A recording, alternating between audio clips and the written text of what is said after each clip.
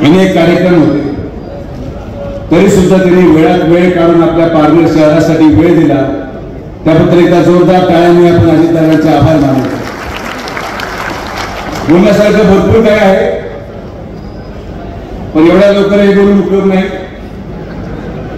येणाऱ्या निवडणुकीमध्ये येऊन मी योग्य वेळी योग्य ठिकाणी योग्य गोष्ट बोलेल, पण अजितदादा आल्यामुळे मी अवश्य सांगेन की या सगळ्या रामायणाची सुरुवात अजितदादांपासूनच झाली। तुम्ही तो गडी तुमच्याकडे घेतला नसता, मीही माझी झालो नसतो आणि एवढा मोठा रोजगार मेळावा घ्यावा लागला नसता। पण येणाऱ्या कालावधीमध्ये अनेक गोष्टी या तालुक्यामध्ये आपण बदल पाहत आहोत।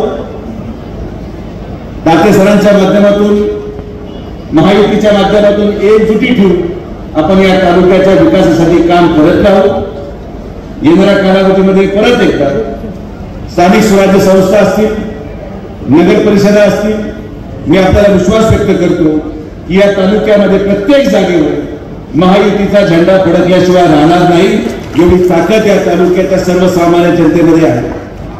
आज आपण लोकसभेमध्ये झालेला एका चुकीचा परिणाम किती मोठा आहे।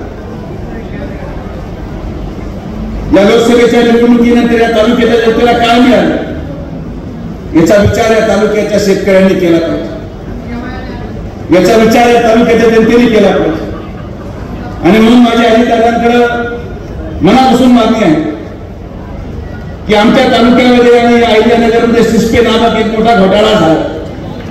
दादा तुम्ही एकदा याची चौकशी लावा, बाकी सगळं आम्ही पुढचं पाहून घेतो। याचा सूत्रधार कोण आहे, तो कोण आहे त्याच्या कार्यकर्त्यांनी गरिबांचे पैसे अडकले, तो कोण आहे त्यांनी या जिल्ह्याच्या जवळपास 3000 कोटी रुपयाची गुंतवणूक करून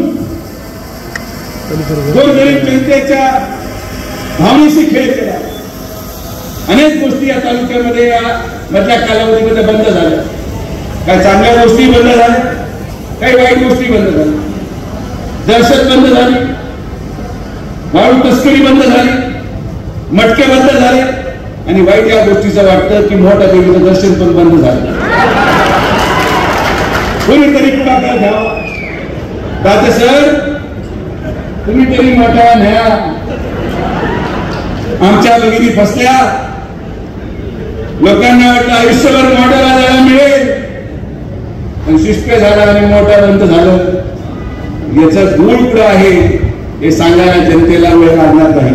येणाऱ्या कालावधीमध्ये, येणाऱ्या निवडणुकीमध्ये सगळ्या पुराव्यानिशी की कोण सूत्रधार आहे, कोण मुख्य आरोपी आहे, हा मुख्य आरोपी आरोप दाखल झाल्यानंतर दिल्लीमध्ये कोणाबरोबर गेला, कोणाकडे गेला, कोणाच्या घरावर गेला, हे सगळं येणाऱ्या स्थानिक स्वराज्य संस्थेच्या निवडणुकीमध्ये पुराव्यानिशी सिद्ध करून एका कपडे काढण्याशिवाय थांबणार नाही। या अहिल्यानगरच्या जिल्ह्याच्या जनतेला कळायला पाहिजे की चोर कोण आहे, या अहिल्यानगरच्या जनतेला कळायला पाहिजे की आमच्या घरामध्ये दरोडा कुणी टाकला। तुम्ही काळजी करू नका, जे ज्या लोकांनी तुमच्या घरावर दरोडा टाकलाय पुढच्या 6 महिन्यामध्ये सगळे आतमध्ये दिसल्याशिवाय राहणार नाही, हा शब्द सुद्धा तुम्हाला देतो। आपण सर्वजण या ठिकाणी आला, सगळ्यांचे मनापासून आभार। सगळ्यांना आमच्या विखे पाटील परिवाराच्या वतीने दसऱ्याच्या शुभेच्छा देतो। आज विजयदशमीच्या निमित्ताने आपण रावण दहन करणार आहोत आणि येणाऱ्या कालावधीमध्ये पूर्णच्या पूर्ण लंका दहन केल्याशिवाय आपण थांबणार नाही, हा शब्द तुम्हाला या ठिकाणी विजयभाऊच्या माध्यमातून देतो। परत एकदा सगळ्यांना लाख लाख शुभेच्छा। जय हिंद, जय महाराष्ट्र, जय श्रीराम।